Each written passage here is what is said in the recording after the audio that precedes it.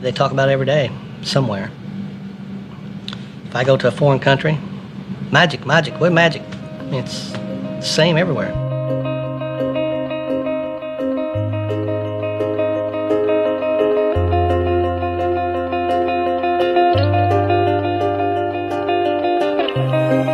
We don't have to see each other. We don't have to say hello. We don't have to call each other. That's my main competition. It's always been like that. You know you got this tight bond with this cat, and you don't have to see him for a year or two. But you're always going to be linked to him.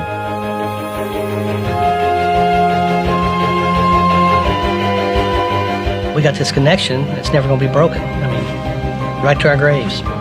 They'll be talking about this 100 years from now.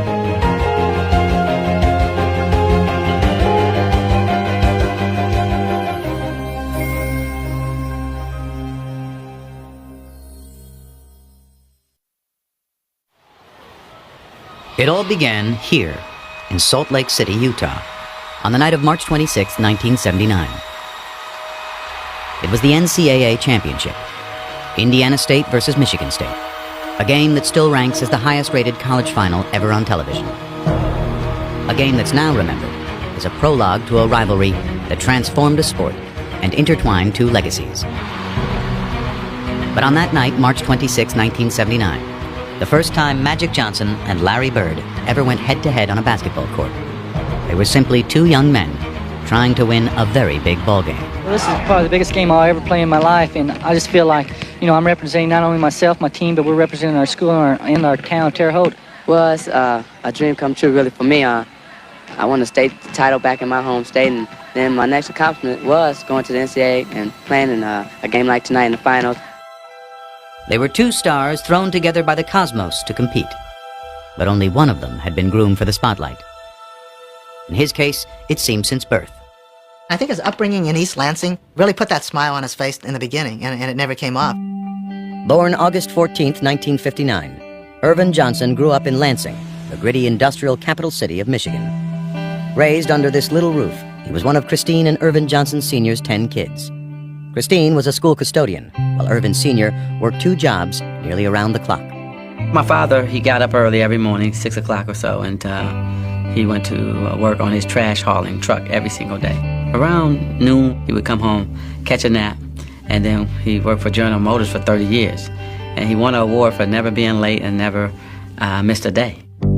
As a youngster, Irvin displayed his own strong work ethic on the blacktop. I was out there all day long.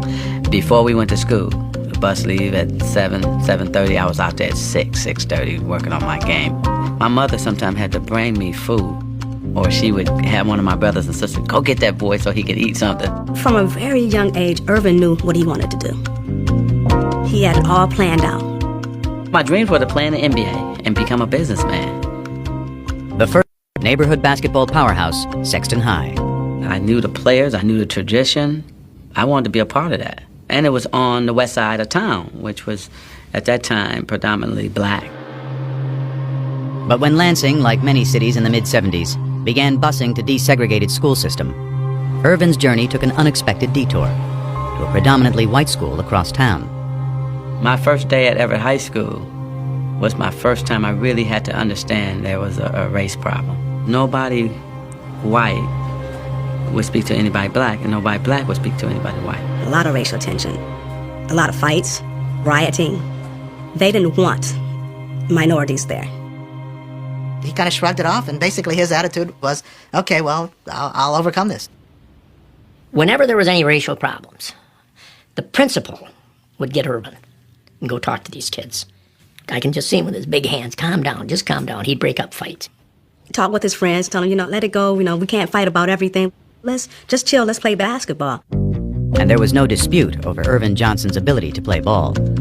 His talent was so great that soon after his varsity debut, a local reporter, dazzled by his exploits, gave the budding star a nickname. In the beginning, I thought it was foolish and dumb. I didn't know nothing about a nickname. Then what happened was, you start saying, wait a minute, it fits my game. Hanging out with my boys on the street corners, we used to sing Temptation songs. They started saying, hey, man, Magic, that's cool. And then people on the street started saying, hey, Magic. And I said, He bought into it, and I think he felt he had to kind of live up to that name. And I must say that he did.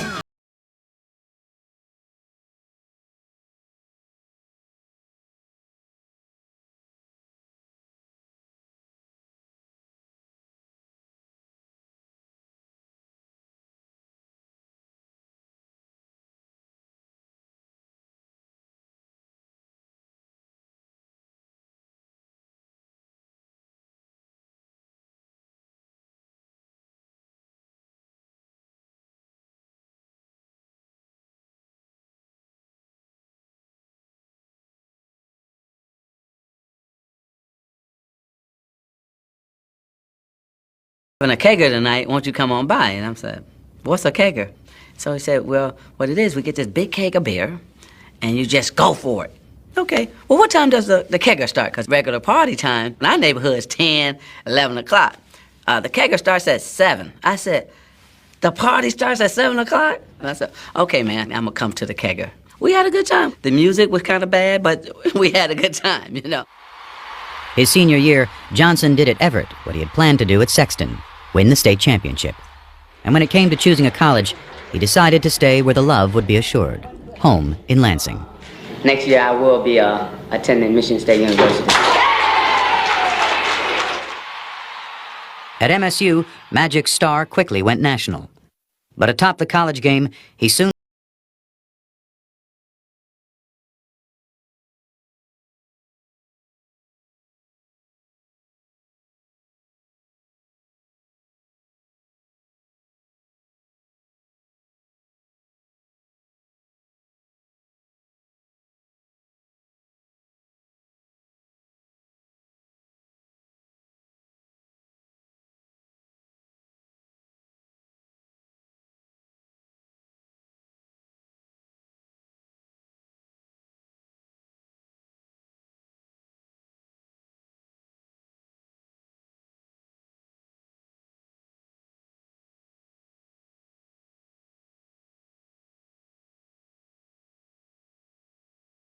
is for real. This is the baddest white dude I've ever seen in my life. Well, I thought he was very good. There's no question about it. I thought he was probably the best guard on the team. Irvin Johnson, look at that. We didn't get to play a lot, but you could tell. I think our first game was in Kentucky. We got about a 10, 12-point lead. Man, they put us in. Went to 25, 30, just that fast. Fast break again, 3-on-2. Griffin. And that's steal by Larry Bird. Take us out, the lead go back down, put us back in. That's Bird and Johnson. The show start again. When you play with Magic, there's just something about it. You want to make that extra pass. You want to get that rebound and start the break. We came down a couple times. I go behind my back, no look to him. He no look back to me, and I'm laying it up. I'm saying, oh, man. Here's that last play. Magic Johnson going in, drops off to Bird. Bird puts it back off, inside to Johnson. Superman. This guy got game. They had some wonderful moments on the court, but they probably spoke to each other 4, maybe 5 times during that entire time period, and it was more like, hello, how are you this morning, Larry? I'm good, Magic. What'd you have for breakfast? Don't remember. Have a nice day. But such curtness was hardly strange coming from Larry Bird, who was not only one of college basketball's best players, but also its biggest enigma. I think he was a mystery to the extent that he wanted to be a mystery. He didn't enjoy doing interviews. He didn't go out of his way to do them. He wasn't particularly good at them. He was kind of like, hey, this is who I am. You want to know who I am? Watch the game. That's who I am. I start to read materials that you're very quiet and you don't enjoy talking to newspaper people. Well, you know, there's different kind of newspaper people. There's people that try to push you. You know, there's people try to get things out of you. Things don't even pertain to basketball, and them the type of people I like to stay away from. He didn't want people talking about his family. He didn't want his mother to have to deal with that, or his siblings to have to deal with that. You got to remember where Larry came from. You know, Larry was raised in a 2 or 3 room house on a railroad track. Their family probably lived on $50 a week. He was raised tough.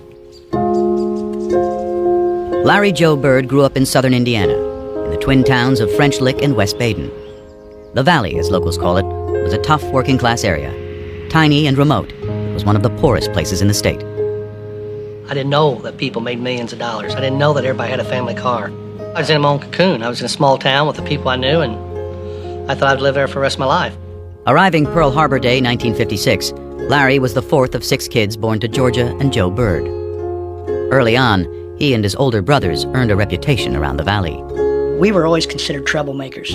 We're either fighting amongst ourselves or there was always one of us fighting somebody. Larry was always one that kind of instigated things, you know. If I get my brother in a fight with somebody his age, I was happy as hell because I like to see him get beat up, and that's just the way it was.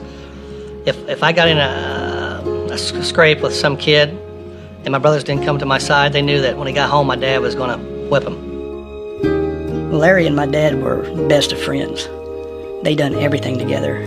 When my dad would go out to my grandma's house, Larry would always go with him. They'd go fishing, do a lot of things together. But Joe Bird also had a darker side, stemming from a traumatic tour of duty in Korea.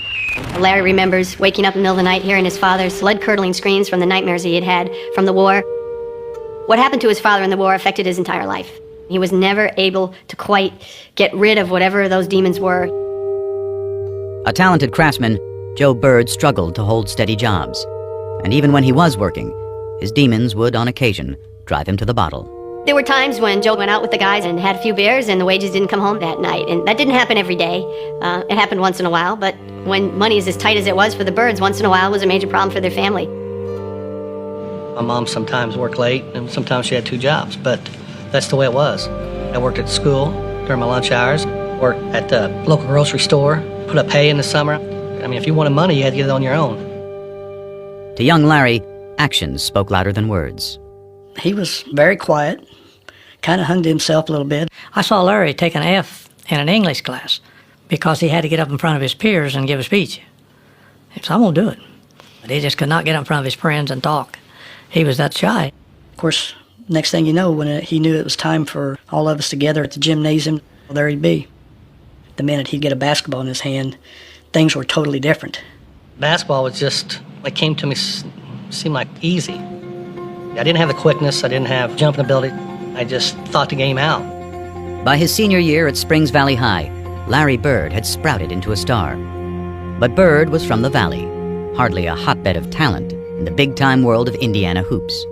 The first thing they say, well, they don't play nobody down there. He's from French Lick. They don't play nobody. I think that put a chip on his shoulder, always having to prove who he was and how good he was. He was good enough for Indiana University's Bobby Knight to come calling late his senior year. And folks in the Valley couldn't have been prouder. Their local hero was heading 60 miles north to play ball for one of the best college teams in the land. Once I got to IU, it didn't take long to realize that I was out of my cocoon. I had over 30-some thousand students, that I didn't have the funds. First week and a half, I thought, man, this ain't gonna work. He left after 24 days. Let my mother down. She didn't talk to me for 2 months. But it didn't matter what other people said. To this day, I don't care. Back in French Lick, Bird took to working for the city, hauling trash and painting park benches. Meanwhile, by that winter, his father's demons had taken him to an even darker place. By this point, Joe and Georgia were divorced, and he was behind in his payments to the family. The police came by, and of course they all knew him. So Joe said, hey, I need a few hours to get my affairs together before you take me away. So he called Georgia, and he said, you guys will be better off without me, and I'm going to take my life. And he put the phone down, and he killed himself. He shot himself. When Dad passed, it hurt Larry. I mean, that was his best friend. He's gone now. But Larry didn't show it a lot. He just didn't say much, he just kind of held it within. I never heard him speak out about it at all.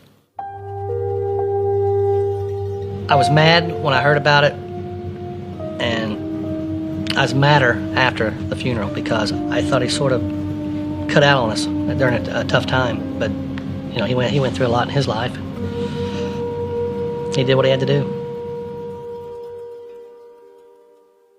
If Bill Hodges hadn't been as persistent as he had been, Larry Bird might never have existed in any of our minds. I believe that with all my heart. I really do. It was Bill Hodges, a young coach from Indiana State University, who convinced Bird to give college hoops another shot. So with a promise to his mom to graduate, Bird headed to Terre Haute and ISU, a school that never so much had been to the NCAA tournament. Once I started playing, it's the same old thing. He's at a small school and he ain't playing against anybody, which is fine. Still dominated. Wherever Hoosiers gather, they no longer talk of whether Indiana has a new state bird. Now his claim to fame is just the way he plays the game. Indiana has a new state bird. It's not the cardinal now. Hey Larry, take a bow. Indiana has a new state bird. By the time he had led tiny ISU as a senior to a 33-0 record and a spot in the '79 title game, Larry Bird had become, alongside Magic Johnson, the talk of college basketball. Just a year after sharing the court on Team USA, they were back together. And the day before the big game, Magic couldn't wait to greet his old playmate. Indiana State was on practicing, and we were waiting in the tunnel. We got there early. I wanted to definitely say hello to Larry, you know. When they came through, it was like nobody was saying nothing. I wanted to go toward him, like his guys, like made sure that he didn't say nothing. And then they kind of started snickering, like, Michigan State, you in trouble. We're going to kill you guys tomorrow. I probably did snub him. I don't remember it, but I'm sure I did. I didn't want any, you know, like I call it love fest, hugging and slapping high fives with opponent. You're there for a reason. You're there to win a game. That just said it's on now. It is Indiana State against Michigan State. I'm Bryant Gumbel, and the fans here are going bananas. I mean, let's face it, if Larry Bird were black and came from Chicago, it wouldn't have been as big a deal. They were polar opposites. One black, one white, one outgoing, one shy. That was the charm of the attraction. The Bird against Magic. All of the superlatives have been used, and believe me, all of them have been warranted. Heading into the tournament, Magic was the bigger star. But by tip-off, it was Bird, having hardly missed a shot in the semifinal, who would become the focus of fans, and more importantly, of Michigan State. We actually had two men on Larry everywhere he went. There he is, Dick. Look at they have him sandwiched in completely. I'm surprised they didn't play a box on one, you know, 4 guys on Larry and 1 on the other 4. Because they didn't have a lot of talent. You know, if you stop Larry, you pretty much stop them. Look at the pressure around him. 2-3 left, and he's short. I didn't play well at all. Biggest game of my life, I didn't play well. Way short. I think our length and our size, our jumping ability was able to bother him. Bird hanging. Can't score. I didn't shoot well. Missed, I think, 3 free throws. Larry Bird has had a cold shooting night. I battled him, but I didn't have it.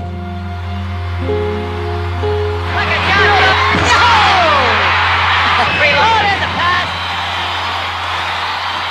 It's all over. Michigan State University, national champions, 1979. Magic, not only were you leader on offense, I thought you did a great job on Larry Bird in the zone denying him the ball. Yes, Coach gave us a good game plan to go against Larry Bird, and all we had to do was go out and do it. That's what we done. And congratulations, Super Bowl game.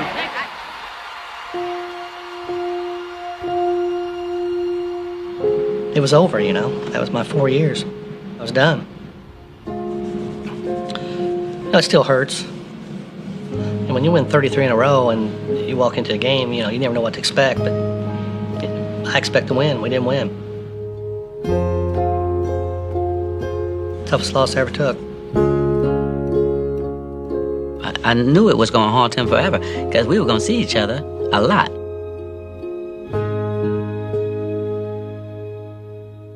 The National Basketball Association, in its 33rd season, is troubled by diminishing crowds and declining television ratings, signs that fan interest may be waning. If college basketball was flourishing at the end of the 1970s, the pro game was crumbling. After the golden era of Bill Russell and Jerry West in the 1960s, a merger with the ABA in 1976 had led not only to new teams, but a new temperament. It was a new league with new times, with renegades, with individuals. There was an argument made, plausibly I think, that it was too black a league for the United States of America in the late 1970s. You think about the Knickerbockers at the time. The running joke was it was the Knickerbockers. You know, that's what it was. It was the N-word. It's turning off a lot of white customers that are coming to the game, you know. Why? I think there's still there's a conflict between the white and the black, and I don't enjoy going to basketball and seeing all black players. I mean, I think when they said too black, they meant not just in terms of color, but in terms of style. Let me get mine, and the hell with yours. Basketball for us was about the best moves. You wanted to be that big player that everybody talked about. You wanted to be the one. You didn't think about winning championships or team play. And those were just the issues on the court. The NBA had this image of an all-black league with a bunch of guys who did drugs. The teams were losing money, and they had no sponsors. And that's pretty much a death knell right there. It's a known fact that you need your white superstars. You just need more white ball players on the team for the white fans to identify with. And in the newest member of the Boston Celtics, that's exactly what the league appeared to be getting. There's hope he can help solve professional basketball's difficulties, which some say are compounded by a question of black and white. The Great White Hope. What does that mean? Well, you know, it's very hard to say because there's a lot of great white players around, and I just hope that I can just fit in as well as some of them that has fit in. He ran away from that designation. He made it very clear, almost from day one, that he was not the Great White Hope. You know, the great players are the black players, and they're the best. Such deference meant little to black Celtics like Curtis Rowe, Sidney Wicks, and Cedric Maxwell, who looked at Bird and saw not the Great White Hope, but another case of Great White Hype. He didn't impress me no more than any other white guy I've ever seen play before. I think that you would say that most black players at the time were racist, in the sense that we did not think that you could find a white guy who could play better than any black guy. When I walk in the first day of camp, them guys were on the floor stretching, and here comes the white savior, here comes this, here comes that. I sort of enjoyed it, because I knew I was going to battle them all day. But Curtis and Sidney didn't last long. They didn't make it through the first practice, and they were cut. So then it was just Cedric. I'm thinking, oh, he's slow, he can't get off a shot. He's not that strong. This is going to be a layup. Bam, knocks down a jump shot. Okay, maybe that was luck. Gets the ball again. Bam, knocks down another jump shot. Now I'm thinking like, okay, hey, you know what? I'm gonna D this guy up. I'm gonna show him his life. 20 feet away.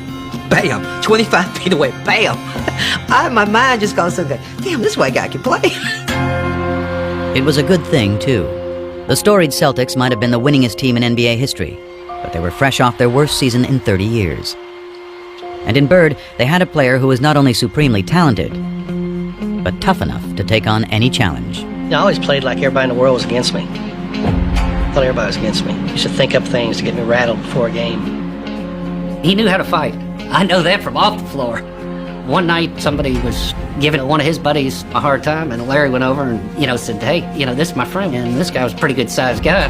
By golly, they go out back, and the guy turns and says something to Larry, and Larry hit this guy, and I caught him. Hit him so hard, I go, whoa. He was from the old school, and that's how he played. Larry Bird plays it to the hilt, baby. Played the game hard. Played rough. There was no frills about him. He came in, he threw elbows. There was nothing smooth about Larry.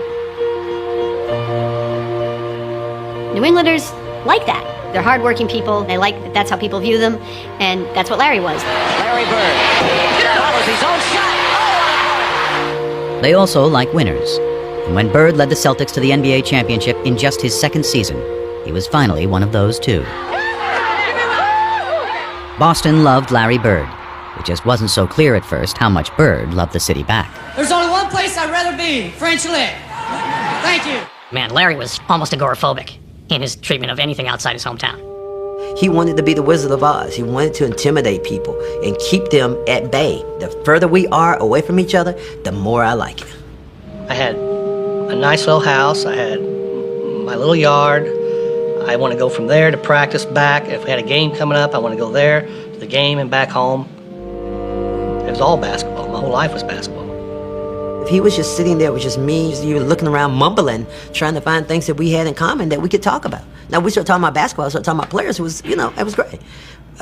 U.S. history? Nope. We forced passes, we made errors down the stretch. Daily events? Nope. I made the shot, and from then on we was up by 2, and they had to get back in the game, which they did.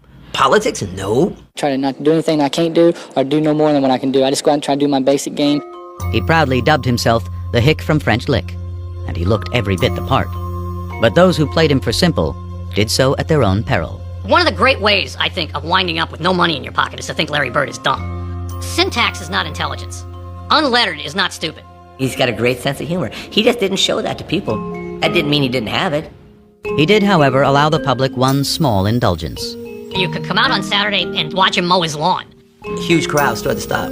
Larry Bird's cutting grass in front of his house. It's like, he's mowing his lawn in the springtime. Larry is about doing things himself, and I think it's one of the things that made him so beloved in Boston. But as Bird navigated through his new world, he still had one eye fixed on a familiar foe in a faraway land. What tripped me out was I'm riding, right? I'm riding in the limo, and I'm seeing orange trees and lemon trees in people's front yards. I said, stop, I gotta go pick an orange. Are you crazy? I said, no, I gotta do this. And so I ran up like a scared little kid, grabbed the orange, and ran back to the limo. I'd never seen an orange tree. I'd never seen a lemon tree. I was fascinated. When 20-year-old Irvin Johnson arrived in Los Angeles in the fall of 1979, he was a world away from Lansing, the only home he'd ever known. He was the #1 pick of the LA Lakers, a once dominant franchise stuck in mediocrity. In the stoic Kareem Abdul-Jabbar, the Lakers had talent, was energy. Irvin Magic Johnson was only too happy to provide it. Lit the place up. Changed the franchise, changed the temperament. I changed it from the very first game. Skyhook up and good. Lakers win. Here it was, the first game of a long season against the lowly Clippers. And Magic was embracing Kareem as if they'd just won their 10th straight championship. It was like, man, this is a different kind of dude. From the day he arrived, he became the prince of the city. He reminded me of a guy who wakes up without an alarm clock. And that's what I used to always say. I want to be happy enough to wake up without an alarm clock because I want to go into my world.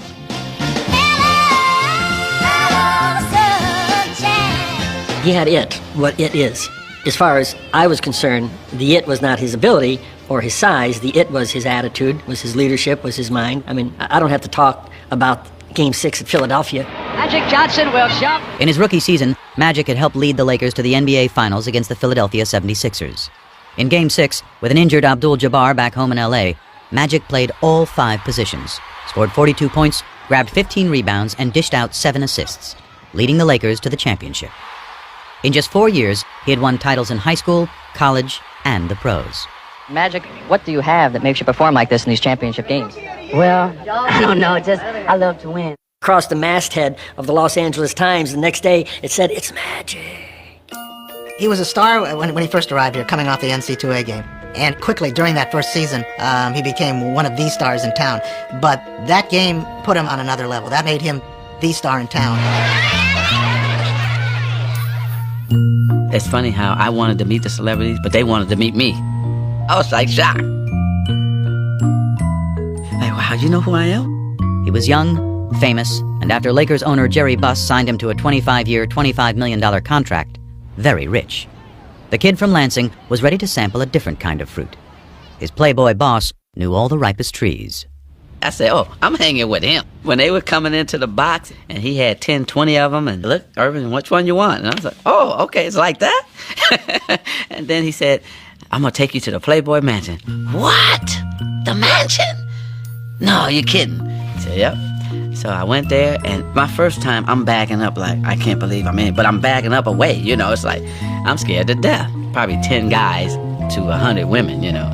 Everybody think it's sex-driven, but it's really not. You have dinner, then you watch the latest movie.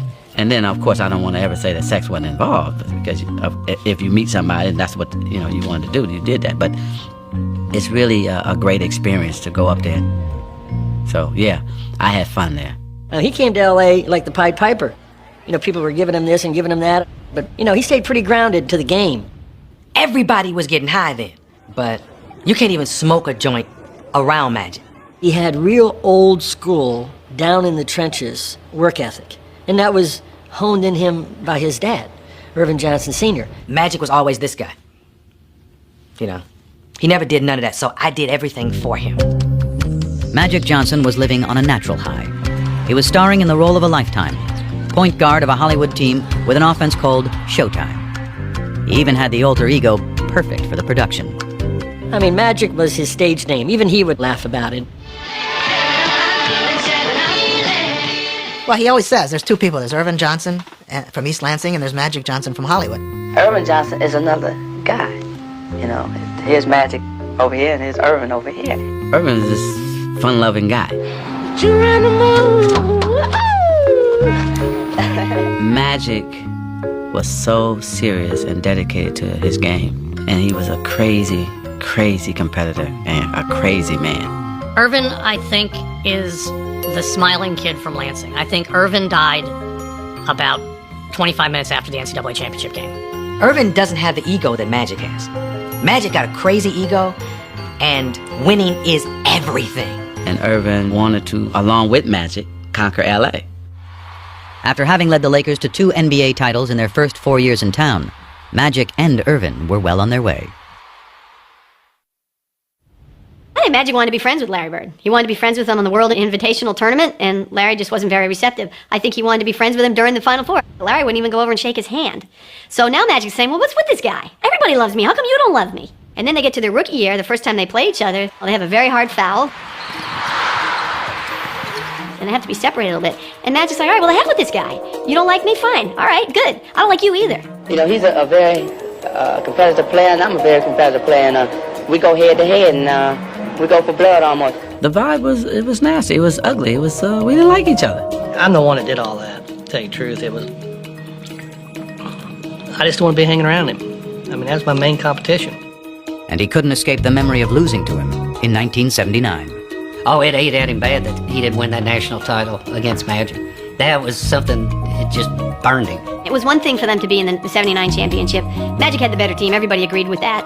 Magic had the better game. Fine. Now you get to the pros. Larry has this incredible year. Bird, a runner.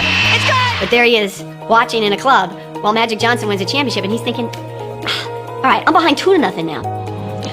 I watched that game, and I couldn't believe it.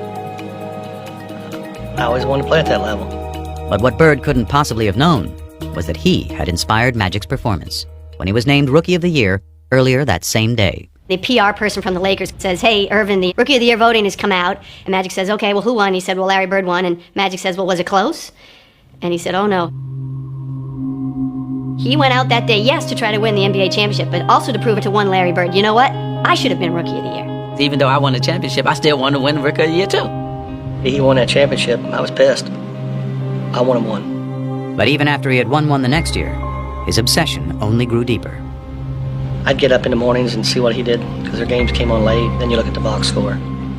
I had to have him there for some reason. It was like a crutch, somebody I can compare myself to.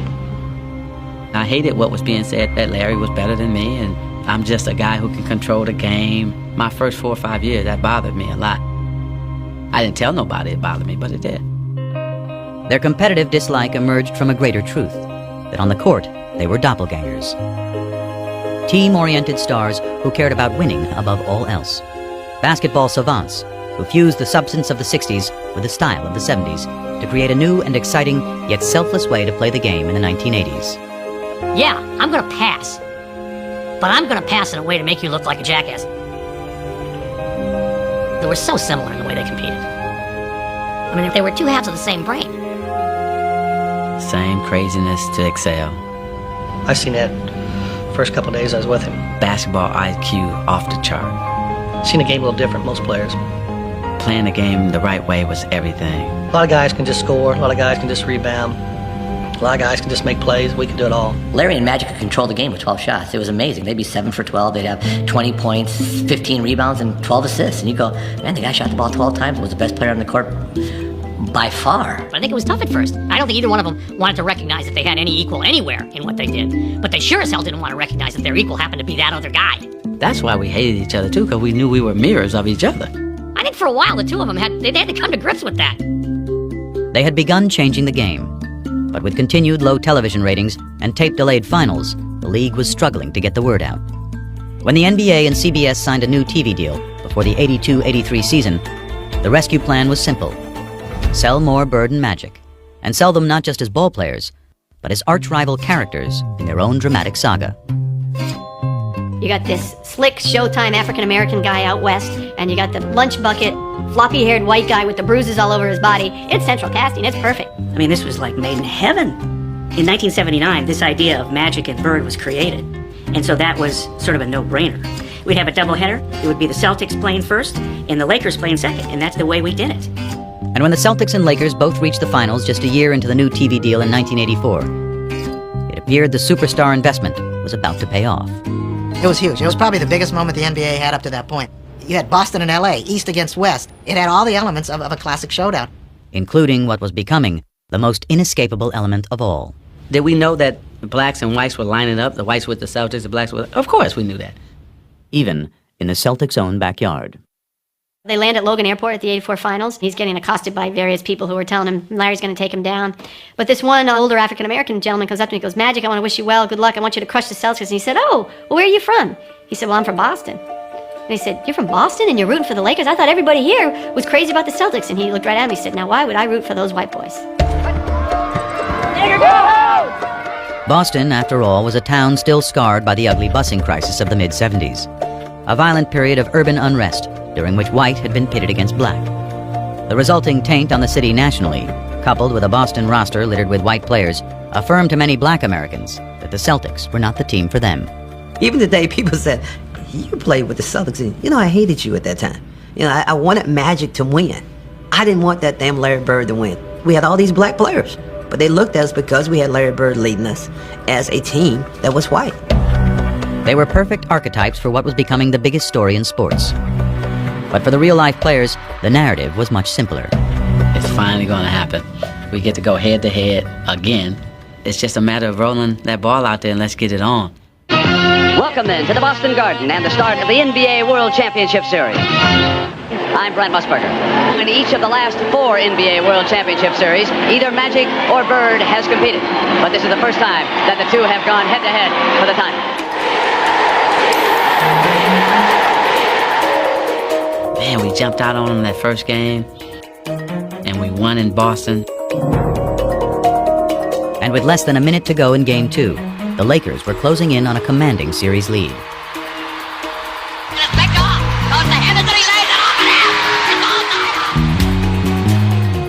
From that point on, things began to crumble. Down to 9 seconds. Magic holding the ball. Magic trying to work on Maxwell. Magic has still got it down to 2 seconds. 1 second. He's going to have to shoot it. He doesn't get it off. He doesn't get it off. Cheesy Johnson dribbling the timeout. What are you doing? The Lakers regained their stride in Game 3, only to be rudely knocked off it again in Game 4. And now let's watch it. Cooper and the Celtics, and now the bench is empty. When Kurt Rambis got taken out, we started fighting instead of playing. Kareem swings the elbow, and now it's Gillian and Larry Bird. Jaw to jaw. And it made us realize we were not mentally tougher than the Celtics. Magic's just not himself. To be sure they won't let the time run out as they did in Game 2. Harris steals the ball, and the Celtics call a timeout. There were a number of places where, Irvin didn't do what people expected him to do. Tied at 123. He misses the first. Johnson misses them both. Celtics want a timeout. Despondent, Magic Johnson goes to the bench. Bird, turnaround, hits.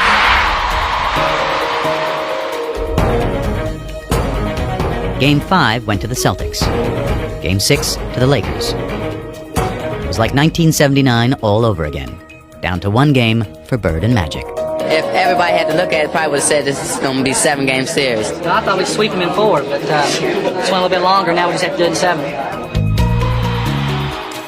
That's the only time I ever felt that. There ain't no way they're walking out here with a win. Magic Johnson.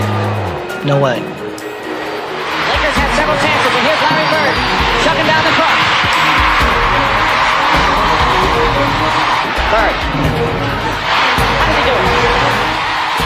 Now Johnson with the ball. The Lakers trying to cut it to 1.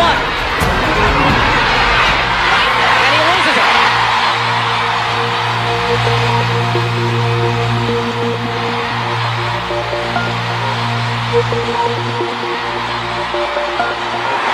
The Boston Celtics are the NBA World Champions.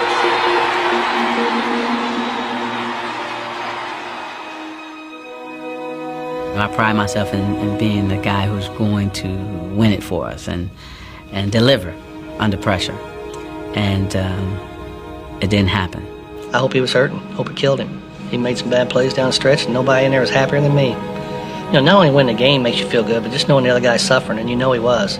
I remember after the game that both he and I were in the showers crying and stayed in there for about 35, 40 minutes. It was hard because not only had we lost to the Boston Celtics, he had lost to his nemesis, Larry Bird. I think he just made me dislike him more, you know, because he was that good.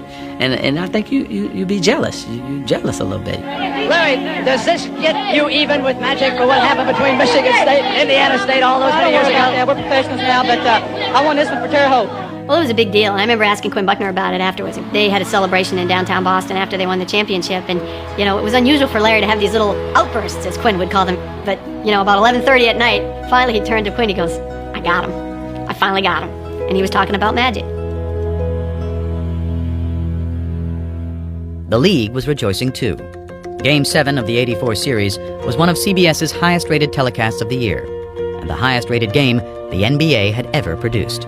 All of a sudden, whether it was at CBS or Madison Avenue, the sports writers around the country became phenomena. What is happening here? The absolute foundation in this resurgence was the Celtics and the Lakers, Larry Bird and Magic Johnson.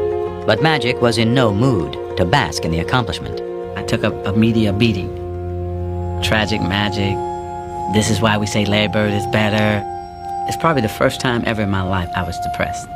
And I didn't want people to see me. It was something I never dealt with in my life. That particular series, that championship series, redefined his whole career because he never stopped working after that. Magic was on a mission to prove to himself and the world that with the ball in his hands, he was still the one in control. And after his Lakers ran through the '85 season, he quickly got what he wanted. Another shot at Bird and the Celtics. They won the East, we won the West. So it's like everybody just get ready, sit back, and let's enjoy it. But that smile belied the intensity of the clash that awaited. If I had a glass of water and any of those guys had been on fire, I would have drank the water and watched them. They called us, chokers and sissies. We didn't like that, and they thought less of us. I knew they did. In '85, we played them 4 times in exhibition season for some reason. I don't know why they scheduled that. By the 4th game, there was an all-out brawl. They call this one of the greatest rivalries in all of sport, the Celtics and the Lakers. And if that is true, it is the most one-sided rivalry in all of sports. 8 times these two have met for the NBA championship, and 8 times the Celtics have won.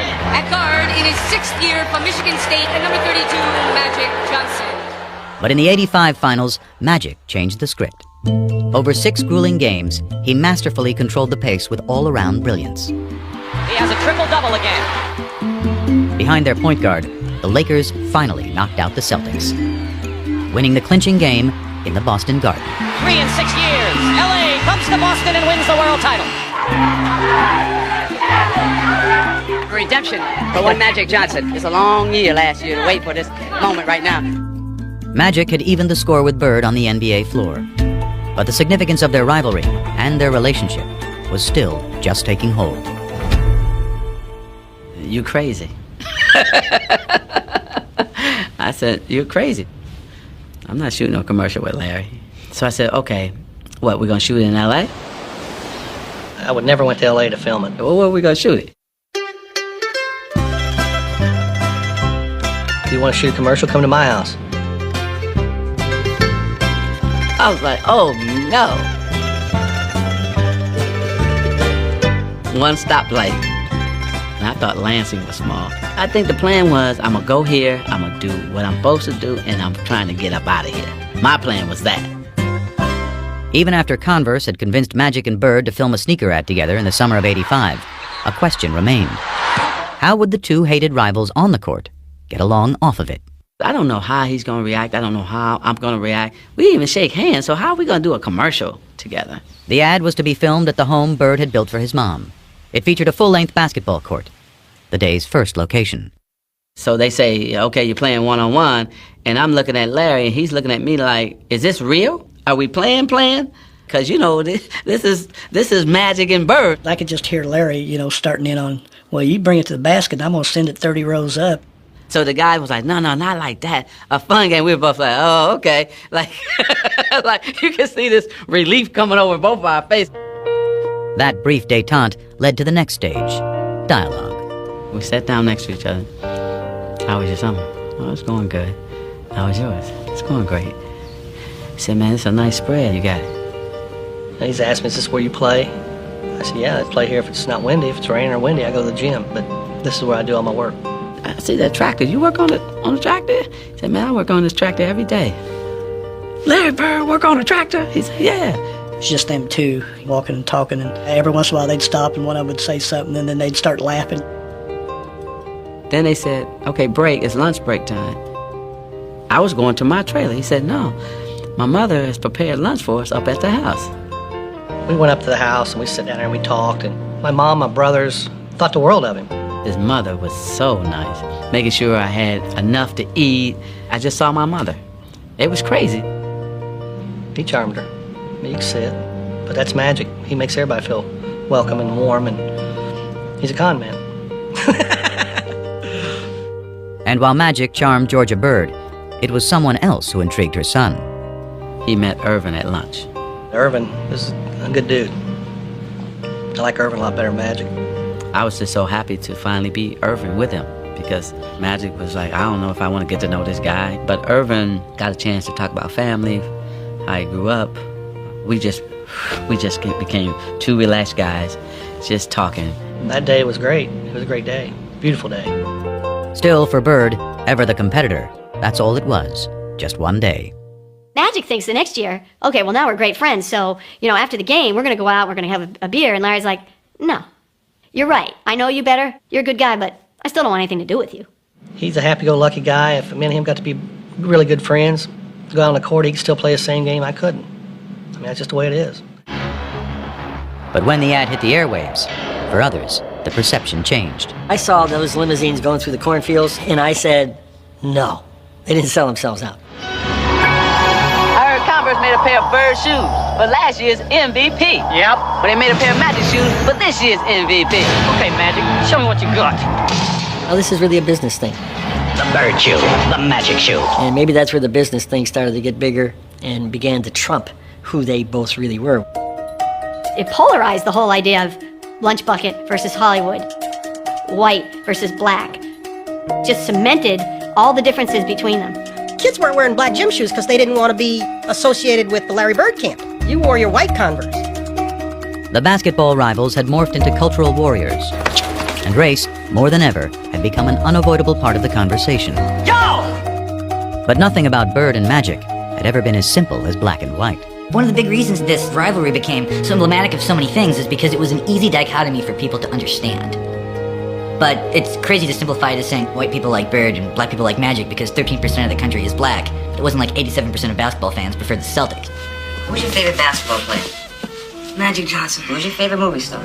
Eddie Murphy. Pina, all you ever talk about is nigga this and nigga that. And all your favorite people are so-called niggas. It's different. Magic, Eddie, Prince are not niggas. I mean, they're not black. I mean, let me explain myself. Has the N-word ever been used by a white person to describe Irvin? I doubt it. But as Magic enjoyed his image as a crossover star, it was Bird, the one-time great white hope, who had further emerged as the polarizing racial figure, due in part to that era's increasingly conservative political climate. The rolling back institutionally of the achievements of the civil rights movement were going on apace from about 1975 on. But the triumph of the movement that rolled it back took place in the 1980s. And I think there was people who were very aware in the black community of what was going on. And I think there was a lot of sublimated frustration. And I think one of the ways it got sublimated was into basketball. And I think Larry, through no fault of his own, was the receptacle within which the lingering resentments somehow floated. And after Bird led the Celtics to the championship in 1986, his third in the pros, winning his third straight MVP award in the process, the resentment grew. I always felt that the press was biased in favor of Larry Bird. It always felt to me like they were gonna make Larry the hero. You know, you'd see somebody score, and Larry would be in a cast in a suit on the bench, and they'd say, Larry Bird made that possible a couple weeks ago when he told that guy he could do it, and he just did it. They gonna get his motherfucker the assist, and he not in the game? Not to be racist, but we have a white guy who's the best in the world. It's predominantly a black sport now, and you got a guy like Larry Bird who can't run, who can't jump, but can do everything out there. That don't mean nothing to me.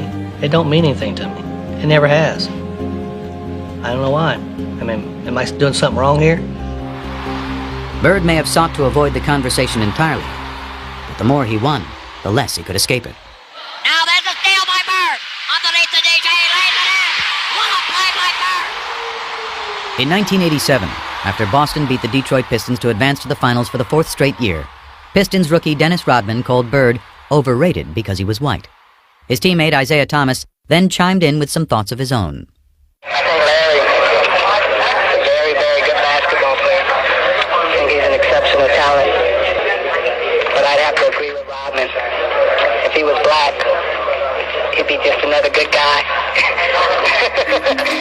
I can remember in the locker room, I think it was Jack McMullen came up to me and said, Isaiah just said boom, boom, boom, boom. And I go, so? He didn't care. He didn't care. Everybody else around him cared very deeply in the days and weeks as it turned out ahead.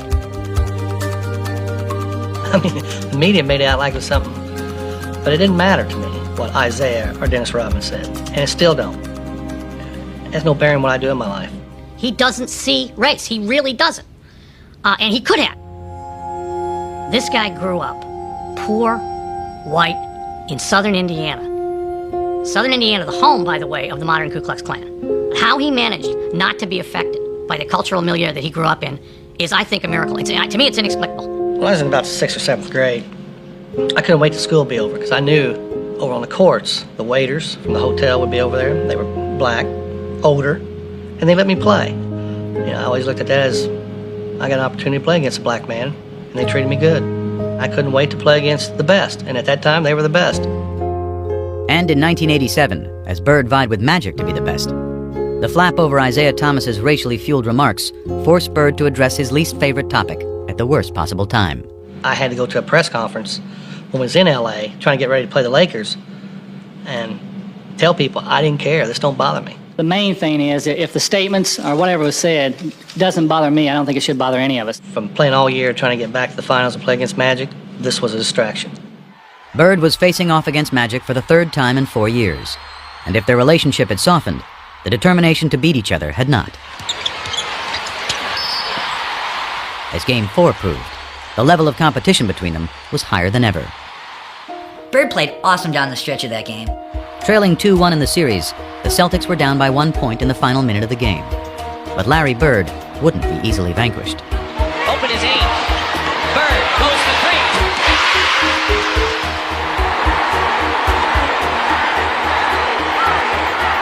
3. With 7 seconds left, though, the Lakers still had life. 3 years earlier in the '84 finals, Magic had flubbed a similar situation. But this was a different Magic, one with a whole new bag of tricks. My man switched to Kareem, and Kevin McHale jumped out to me. As soon as I saw Kevin, I said, oh, I'm taking him. You know, Magic puts it on the floor, a couple head and shoulder fakes, and he raised up in the air. And there was nobody that was going to get that shot.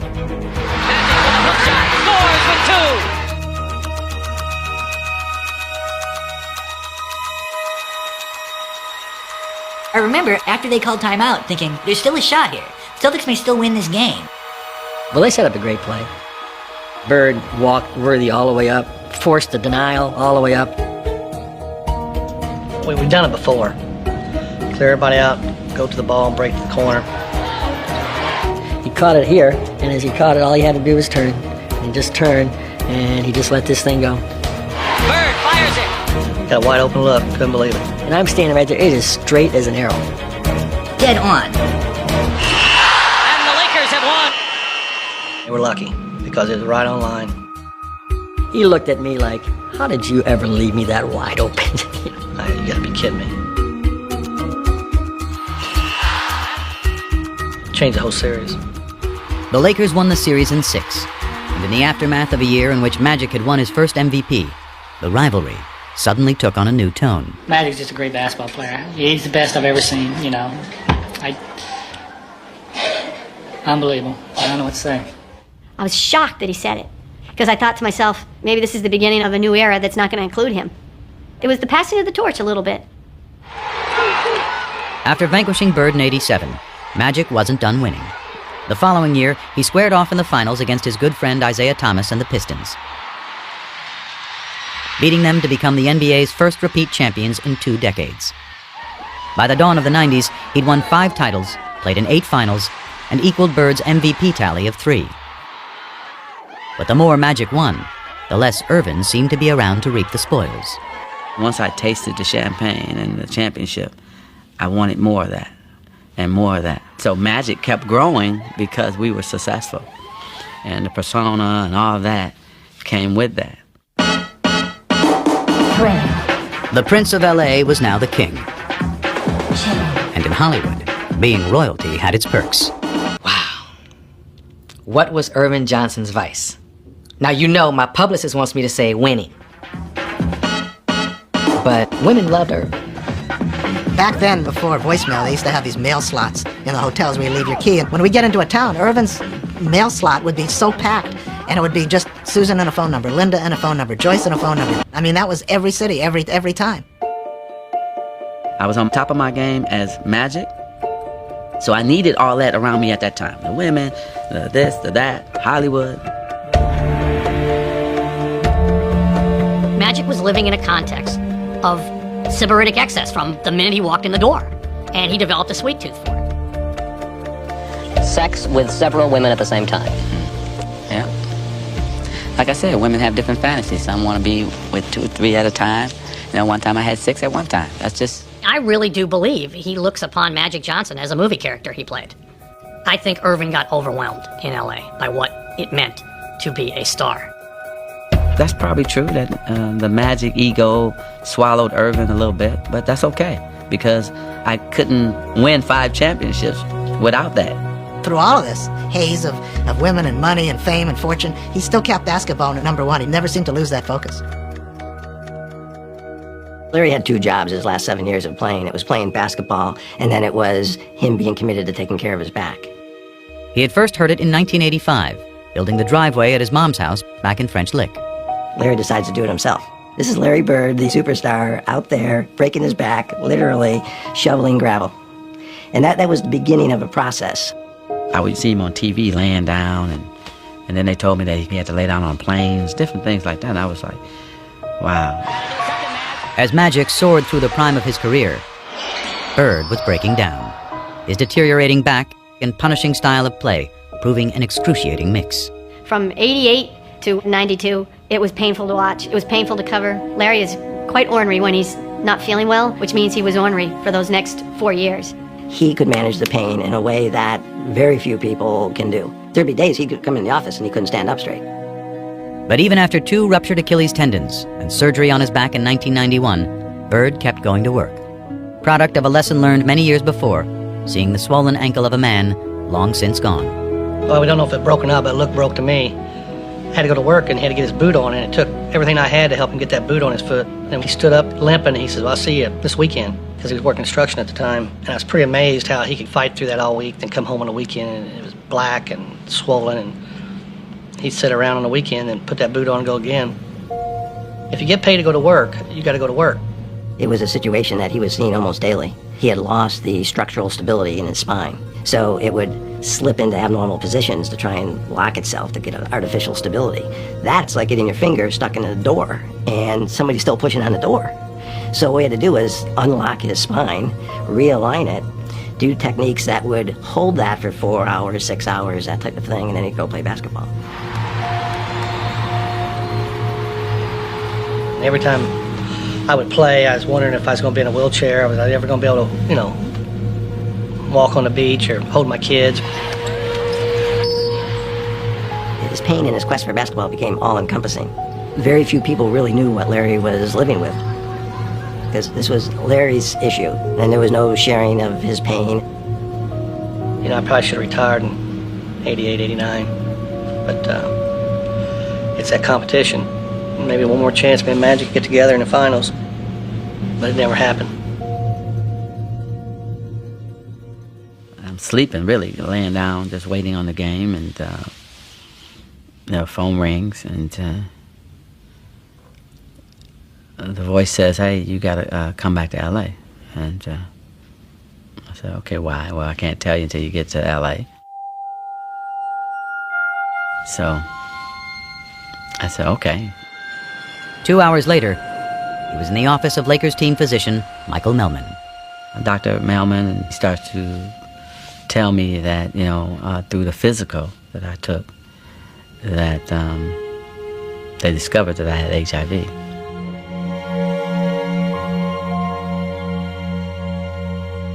First time ever in my life. I'm such a control freak, right? Do things the right way. I'm out of control. Oh, it was everything.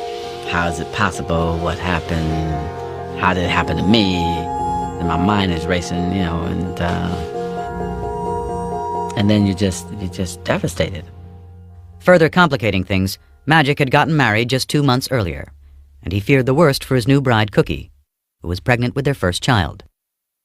I don't know what's going to happen with my wife and my baby. I don't know what's going to happen to me. I don't have control of the situation, and I was lost just for that next 2 or 3 weeks. And after Magic learned neither his wife nor his unborn child were infected, he began revealing the news to his inner circle. The phone rang, and it was Magic's agent, Lon Rosen. And he said, Irvin's looking for you, call him. And I said, I'll call him when I get to Paramount. And he says, call him now. I said, Lon, I'll call him when I get to Paramount. I'll be there in 20 minutes. And he said, you got to call him now. Irvin's HIV positive. I remember I was sitting on the bed. I remember standing up at that point. And I said, how is that possible? I'm thinking Irvin's gonna get skinny and die. I mean, literally, that's what I thought. Irvin's gonna get skinny and die. The first person I thought of was Larry. I wonder what Larry thinks. The day that I heard about Magic, it just sort of changed my love for basketball. It shook me up. You know, you get that feeling, probably the same type of feeling I had when my father died. He wants to understand why, how can I talk to him? I need to speak to him. It was just really important for Larry to talk to him. Sort of, I don't know. I wanted to hear it from him, probably didn't believe it. Calls me, we're talking, it's just, how you doing? I heard about it, and you can almost hear both of us with some tears in our eyes. And I'm choked up because he did call me, and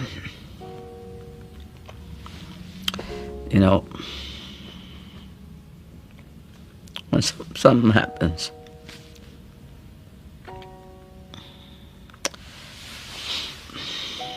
to you,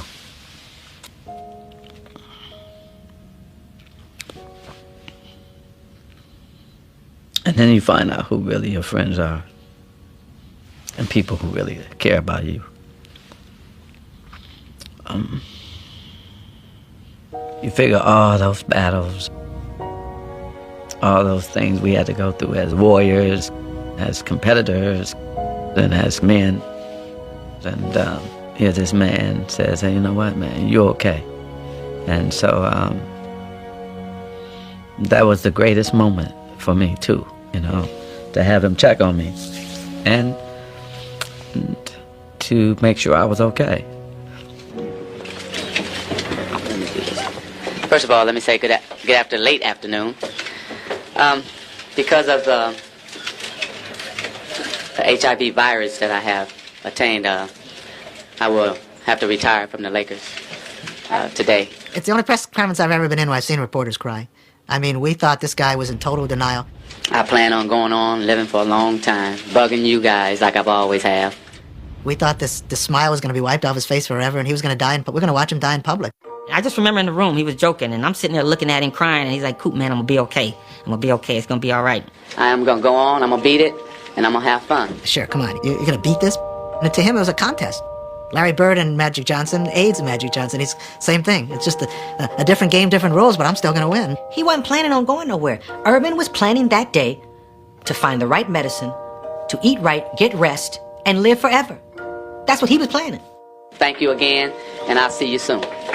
But as Magic put up a positive public face, his nemesis, still out of sorts, shed the mask he had hidden behind for years.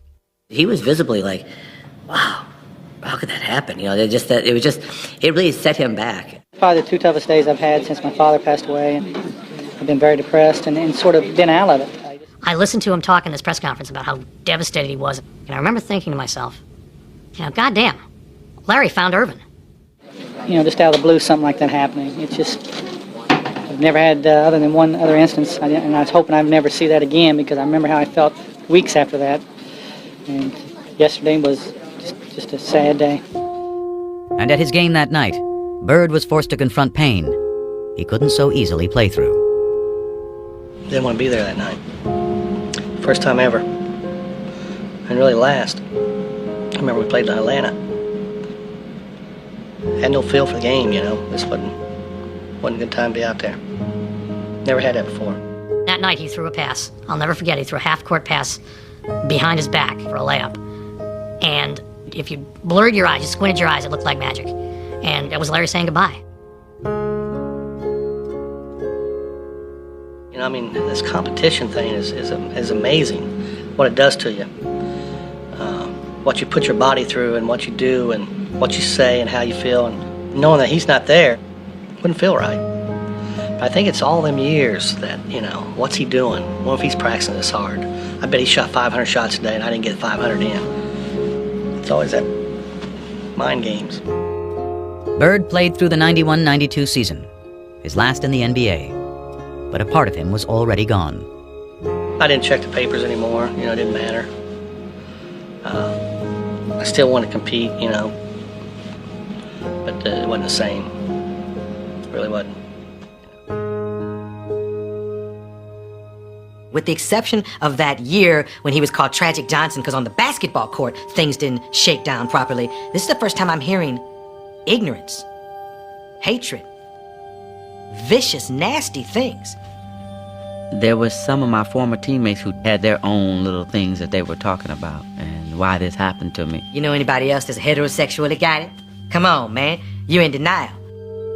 I've been called gay, faggot, Urban's lover. I've been called all that shit. Lon Rosen got a call from Isaiah Thomas asking, you know, I keep hearing Magic's gay. And Lon said, well, for crying out loud, you know better than anybody he isn't. You're one of his best friends. And he said, well, we don't know what's going on in Hollywood. And the fact that Isaiah was questioning why he got this, I think it was really, really hurtful to him. He used to say, you know, I don't want people to stop shaking my hand and giving me my hugs. He loves to be loved. And that's what bothered him the most, that people would change in relationship to him. He would show up at the Lakers facility to work out and to shoot some baskets, and he'd try to engage his teammates and say, hey, you want to play a little one-on-one before practice? And, oh, geez, no, I can't. I got to go get taped. Or, oh, geez, I got work to do. I got to do something else. The worst thing of all this, that I couldn't play basketball. I don't even think dealing with HIV. It was I couldn't play. The game, the surroundings was his whole world. That's his personality. When you take that away, you know, you're hurting. I knew he was hurting in a big way. The only sex is safe sex, and that's no sex. As basketball went on without him, Magic performed ably in his new role as HIV educator and spokesman. I'm helping every way that I can. But he still pined for the arena, which had made him a star. So when he was invited to play in the 1992 NBA All-Star Game, he jumped at the chance, promptly stealing the show and winning MVP honors. But that was just a warm-up. For the encore, Magic had up his sleeve. He's not done yet because we're going to go to Barcelona and bring back the gold for everyone here in the United States. That's right. For the first time ever, NBA players would be competing in the Olympics. And Magic, armed with a message, was not about to miss the show. It would have proved to people that you were not going to get the disease playing against me. And then also for me too, personally. You know, it was therapy. It was a way to say, man, yeah, you get to do this one more time. There was also one other perk. I think playing with Larry was very important. That's something they talked about. I mean, he was going to be on the dream team. He was going to be with Michael. He was going to be with Barkley. But he was going to play with Larry. Magic kept saying to him, I just want to get you out on that court one more time. Let's just have one more sequence like we had all the way back in 1978. But it was interesting that with Magic being the one that was HIV positive, he felt great. He was in the best shape of his life. I got a smile on my face. He had worked so hard to make sure he didn't go there as a token player. And here was Larry, who couldn't even practice, who could barely move. But you know what? Didn't matter. We were still together. Yeah.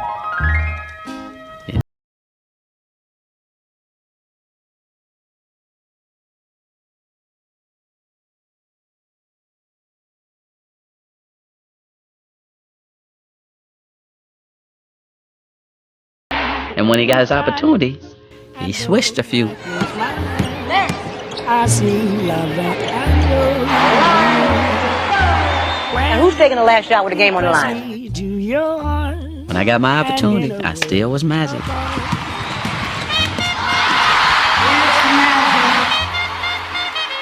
"14 years after they'd first crossed paths, the smiling kid from Lansing and the shy boy from French Lick were happily back together in Barcelona. But it took just one glance outside their hotel's front door each morning for them to see that as far as they had come, they were as far apart as ever. The only way you walk out that door if you wanted attention. But I asked this guy, I know, how can you get around this? You know, There's got to be a way. Lo and behold, there was a side door. You can go wherever you want. I was going to tell him about it, but seeing that smile on his face, the closer you got to that front door, come on. He didn't want no side door. You know Irvin. You go right in the middle of them. Turn the long way, sweetheart. There you go. I'm going out the front because that's who I am. I don't go out the back. I don't go out the side. But that's not me. If you want to go somewhere in a hurry, there's a door that leads you there, and I found it. I respected him for that. And so, hell, I would try to find a side door for him. And we never tried to change each other. That's what made this relationship great. One of my pet peeves always is when people say, oh, Michael Jordan saved the NBA. Bullshit. Bullshit. Magic and Larry saved the NBA. That's who saved the NBA. Magic and Larry. Magic and Larry. Bird and Magic. To the millions who once watched them, now more than ever, they are inseparable. A pair of athletes thrown together by the cosmos to compete. A pair of men who discovered a bond in the midst of that competition. Decades removed from the height of their rivalry, their bond endures. Two impossibly different men with a connection only they can fully grasp. It's almost like a private little club, and only the two of them are in it. And every once in a while, they need to show up to have a reunion and pay their dues to each other. But they don't need the day-to-day contact that most friends need. It's just not that kind of relationship. But I always get this good feeling when I know I'm going to see him because he makes you feel good. You know, he really does. He's unbelievable. He's very private, but if he's your friend, man, you got a friend for life. And Larry Bird is a straight shooter. He'll tell you when he don't like you. That's one thing I wish I could have from him, that he has that I don't have. I wish I had that. I mean, he walked in here, this whole room would change, and maybe that's what I always wanted to be, but I just couldn't.